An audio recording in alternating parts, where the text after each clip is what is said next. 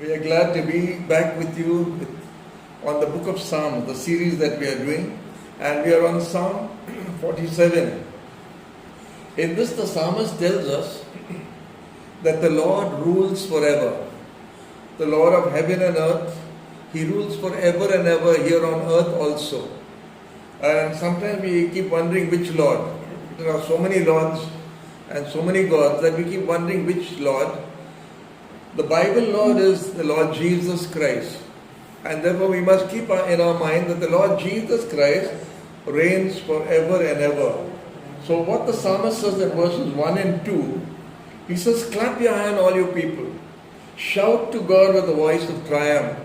Clap your hands. That means make a joyful noise unto the Lord. Shout unto Him with a voice of triumph, it says over here. Something is happening. Something is happening. Something is in motion. Something is happening on the earth over here. Sometimes we feel it is going against us. Sometimes we know that it's coming for us. Whatever way, we know that God reigns. We need to understand that our God reigns. He's seated on the throne and He is in full control of whatever is happening. So therefore the psalmist says, clap your hands all you people, shout unto God with a voice of triumph. You know, when we are very happy, we are excited about something, Yahoo we say. We are excited. We are really joyful. So with the Lord also we can be joyful. We are a joyful people. And the joy of the Lord is our strength. Therefore we need to be joyful people at all times, knowing that our God is in full control. We will go further in the psalm here. It says, the Lord Most High, great King over all the earth. Our God is a great King. He is the King of Kings. This title has been given to the Lord Jesus Christ. In the book of Revelation, it says when He comes on that white charger, on one side will be written Lord of Lords, on the other side will be written King of Kings. There is only one King of Kings on this whole earth, and there will be only one King of Kings, and His name is Jesus. He will come on a white charger, on a white horse, and He will judge the people according to His way, His judgment. Each one will have to stand before Him and He will judge them. That is what it says here. The Lord Most High. He is the Most High God. Great King over all the earth. He is a great King, not an ordinary God. It says here in verse 3, He will subdue the people under us and the nations under our feet. Now this is something fantastic. He will subdue the people under us. That us is who? It's only believers. It is not anyone, it is not some great king will come up, a great prime minister or president, and all the people will be subdued under him. That is not the case. This is talking about believers. All the people of the earth, no matter which race, which religion, which God they worship, it doesn't matter who they are or what they will be subdued under the people of God. The believers in Jesus Christ will have all these people in subjection. It says here, in the second part of third verse, the nations under our feet. Hallelujah. That's something great. When the nations are put under our feet, that means we are in full control. How could this be? How could all the nations come under our feet? How could we be over control over all the people of the earth? How could that be possible? It's only possible because our Father is God, because our leader is Jesus, because our Savior is Jesus, and because He has overcome the earth. Therefore He makes us to also to be overcomers. He says, be not afraid, be not be discouraged. I have overcome the earth, and because I have overcome, you will also overcome. Praise the Lord. It is very simple. It's very practical. Because I have overcome, you will also overcome. And I remember the part of the resurrection. He says, because I live, you will live also. What a comparison. Because He overcame, we overcome. Because He rose again, we will rise again. That's the wonderful thought. That is how we'll have everything subdued under our feet. The nations, even death and hell, even the enemy, Satan will be under our feet. That is what the Bible says. That under the feet of believers, every power of this darkness, Jesus told His disciples, Matthew chapter 10, Luke chapter 10. He says, I give you authority over all the works of the enemy.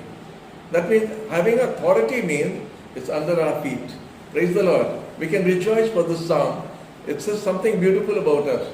It says here, verses 8 and 9, God reigns over the nations. God sits on his holy throne. I didn't go to 4 and 5 because it says here, he chose our inheritance for us, the excellency of Jacob whom he loves. Because he loves us, he has chosen us, and therefore we are special, we are separated. In the 5th verse it says, God has gone up with a shout.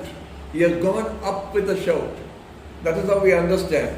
God has gone up with a shout, the Lord with the sound of a trumpet. Hallelujah.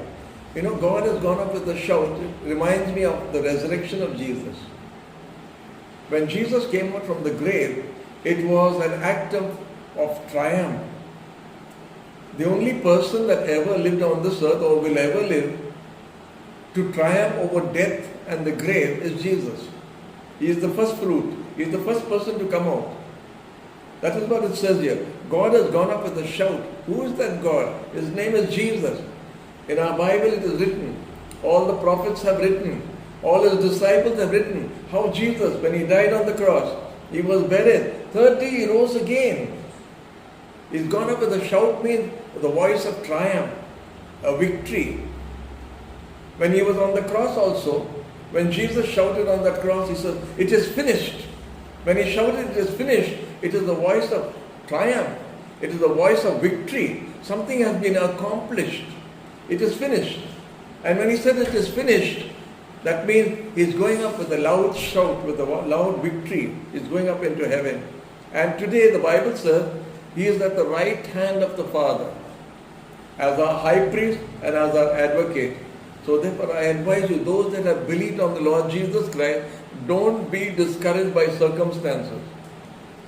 Don't be discouraged what is happening, because we know that our God has risen again, and because he lives, we will also live. We come back again to our psalm. There is so much to say about this beautiful psalm. Therefore it says in the 6th verse, sing praises to God, sing praises. For God is the King of all the earth, sing praises with understanding. Understand what the Bible says. Understand what the gospel says. The gospel is that those that believe on the Lord Jesus Christ shall be saved. So when we are saved, saved from what? We are saved from ourselves. We are saved from the world. We are saved from sin. We are saved from condemnation. We are saved finally from hell. Saved for what? To go to heaven. Eternally with our Lord. And therefore we praise and thank the Lord. This psalm, although it was written 800 years before Jesus came, it's a prophetical psalm. It reminds us of what is going to happen and what our heritage is. It says here in the 8th verse, God reigns over the nation. God sits on his holy throne. He rules over all the nation. He can see every nation. Every nation is before him. And while he is sitting on his throne, he can look down and he could see what is happening here on the earth. Nothing takes him by surprise. He is not surprised. He knows what is happening. He can see what is happening. And therefore, as he looks at all the nations there, he's sitting on his throne means he is in authority. Hallelujah. That is why Jesus says, all authority in heaven or on earth has been given to me. All authority in heaven or on earth is given to me. When we get a little power, we get very excited. Little power is dangerous. So we try to use our power on other people. Power is one thing, authority is another thing. The devil has power, but we have authority. Hallelujah. That means, like we have in the school, we have headmistress, principal, then we have teachers, and then we have lower staff, and then we have children. So one is subordinate unto the other. So the teachers have power. The teachers have power in the class. But the headmistress has authority over the whole school. Therefore we need to understand what authority is. Jesus says, I don't give you power, I give you authority over all the works of the enemy. Because he is seated on the throne, therefore we need not to worry about what is happening. Hallelujah. It says in the 9th verse, The princes of the people have gathered together, the people of the God of Abraham, for the shield of the earth belonged to God. He is greatly exalted. Hallelujah. The people of God of Abraham. We come in the line of Abraham. And because we come in the line of Abraham, we are blessed. Because Jesus came from that line. From Abraham to David, he came down and he was born 2000 years in Bethlehem. That same line, we also come into that line when we accept Jesus. So when you read the Psalm 47, rejoice because it's the Psalm of triumph. May God bless you.